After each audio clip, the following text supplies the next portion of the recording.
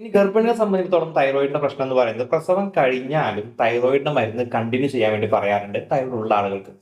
ഇപ്പൊ സ്വാഭാവികമായിട്ടും പ്രസവം കഴിഞ്ഞ ശേഷം അവരുണ്ടാവുന്ന 3 ടൈപ്പ് ഓഫ് മെഡിസിന്റെ കാര്യം പറയാം. ഒന്ന്, അവർക്ക് തൈറോയിഡിന്റെ മരുന്നുണ്ടായിരിക്കും. 2, ഗ്യാസിന്റെ ഗുളിക ഉണ്ടാവും. 3, അയൺ ഗുളിക അല്ലെങ്കിൽ കാൽഷ്യം ഗുളിക ഉണ്ടായിരിക്കും. അപ്പൊ ഇവിടെ ശ്രദ്ധിക്കേണ്ടത്, ഈ അയൺ ഗുളിക, കാൽഷ്യം ഗുളിക ഒരിക്കലും തന്നെ തൈറോയിഡിന്റെ മരുന്ന് എടുത്ത് 4 മണിക്കൂർ ഗ്യാപ്പിൽ കുടിക്കാൻ പാടില്ല.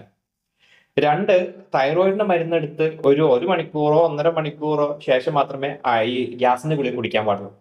ഇങ്ങനെയെങ്കിൽ എങ്ങനെ ഗുളിക കുടിക്കാന്ന് പറഞ്ഞു കഴിഞ്ഞാൽ, രാവിലെ എഴുന്നേറ്റ ഉടനെ തന്നെ നിങ്ങൾ എന്ത് ചെയ്യാം, തൈറോയിഡിന്റെ മരുന്ന് കുടിക്കാം. രാവിലെ ഒരു 5 മണിക്കോ 5:30ക്കോ എഴുന്നേൽക്കുന്ന വ്യക്തിയെ സംബന്ധിച്ചിടത്തോളം അവർ ആ സമയത്ത് എന്ത് ചെയ്യാം, തൈറോയിഡിന്റെ ഗുളിക കുടിക്കാം.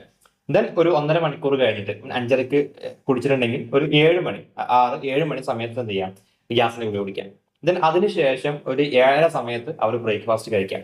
ദെൻ നമുക്ക് കണക്ക് കൂട്ടിയ സമയത്ത് 5:30 കഴിഞ്ഞാൽ 6:30, 7:00, 8:30, 9:30. 9:30ക്ക് ശേഷം മാത്രമേ എന്ത് കുടിക്കാൻ പാടുള്ളൂ, അയൺ ഗുളിക, കാൽഷ്യം ഗുളിക കുടിക്കാൻ പാടുള്ളൂ. കാരണം ഇത് ആ ഒരു മരുന്നുകൾ തമ്മിലുണ്ടാകുന്ന ഇന്ററാക്ഷൻ കുറയ്ക്കാൻ, നിങ്ങൾ കഴിക്കുന്ന മരുന്നിന്റെ കംപ്ലീറ്റ് ഡോസും നിങ്ങളുടെ രക്തത്തിൽ എത്തിയിട്ട് അതിന്റെ എഫക്ട് പ്രൊഡ്യൂസ് ചെയ്യാൻ വേണ്ടിയിട്ടാണ് ഇത് പറയാനുള്ള കാരണം.